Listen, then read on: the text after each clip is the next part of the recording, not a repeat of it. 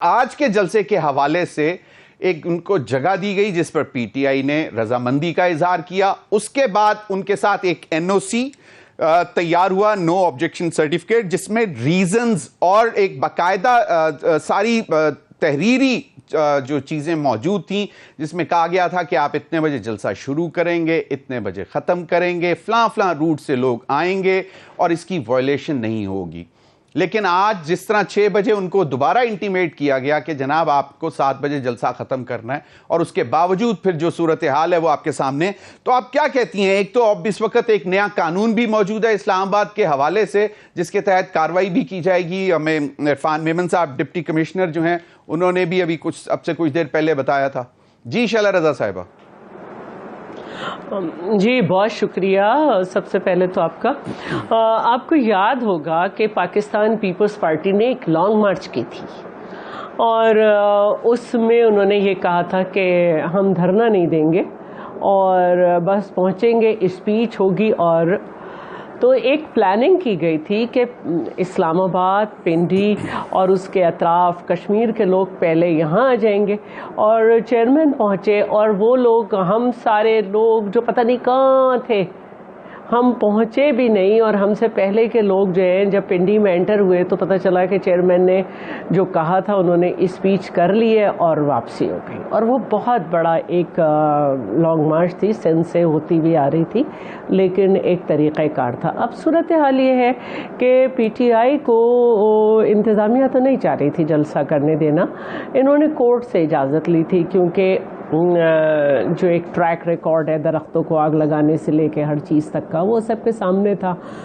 اور جو صورتحال ہے جو بھی, تو بہرحال یہ ہوا ہے, اب قانون بھی پاس ہو گیا. جلسوں میں عموماً ہمارے ہاں, اور جو ہماری ایک پاکستان کی روایت ہے, کبھی بھی کوئی کام وقت پہ شروع نہیں ہوتا ہے. اور سیاسی جلسے تو پھر ہوتا بھی یہی ہے کہ قافلے دور سے آ رہے ہوتے ہیں, کچھ ہوتا ہے آگے پیچھے ہو جاتا ہے, تو ایک دوسرے کو اکوموڈیٹ کیا جا سکتا ہے. لیکن یہ جو صورتحال بنی ہے وہ بنی ہے اس وجہ سے کہ یہ جو قافلہ آیا ہے صبح سے, کیا بلکہ کل سے سارے روٹ دیے جا رہے تھے, یہ اس روٹ سے آنا چاہ رہا ہے جلسہ گاہ کی طرف جو عام عوام کے لیے ہے اور ان کے لیے نہیں ہے. اب میں تو وہاں موجود نہیں ہوں, لیکن جو میں چینلز مختلف دیکھ رہی تھی انہوں نے سب نے یہ رپورٹ کیا ہے کہ پتھراؤ پہلے روکنے پہ جو ہے وہ جو قافلے آ رہے تھے ان میں سے کیا گیا ہے, اور اس کے بعد شیلنگ ہوئی. بہرحال جو بھی ہوا یہ اچھا نہیں ہو رہا ہے, اور اب ایک قانون بھی بن چکا ہے. دیر ہو گئی, 1 گھنٹہ لیٹ ہو گئے, اٹس اوکے, اتنا تو اکوموڈیٹ کرنا چاہیے. اور میرا خیال ہے دونوں طرف سے, اور اب ان کو بھی یہ دیکھ کر کہ ان کے کارکنان اس طرح سے اتر رہے ہیں معاملات پہ, تو جلسے کو ختم کرنے کا اعلان کر دینا چاہیے.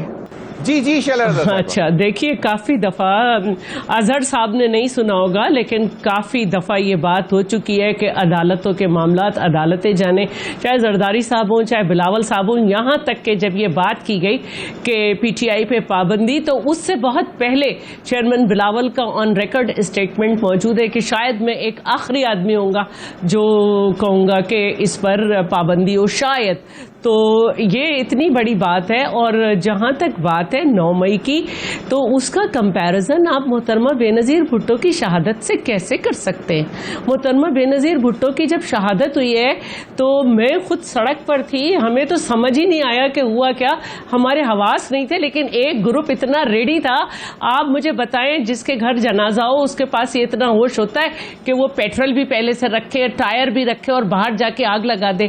یہ ایک پلان تھا, اور وہ جان گئی تھی. پھر بھی میں یہ کہتی ہوں یہاں پہ تو صرف ایک اریسٹ ہوئی تھی, اور اریسٹ بھی اس شخص کی جس نے اپنے دور میں ہر ایک کو اریسٹ کیا. تو میں اس کو اس سے مذمت نہیں کی اس سے نہیں ملایا جا سکتا. میں تو اس ملانے کی بھی مذمت کرتی ہوں, اور اس کے باوجود بھی میں یہ کہتی ہوں کیا پیپلز پارٹی جا کے کمپلیننٹ ہے 9 مئی کی, کیا نون لیگ کمپلیننٹ ہے؟ میرا تو یہ مسئلہ ہے کہ میں اسے کنڈیم کرتی رہوں گی, لیکن میں یہ نہیں کہوں گی کہ فلاں اس کا مجرم ہے, فلاں جن کا کام ہے وہ تحقیق کریں, وہ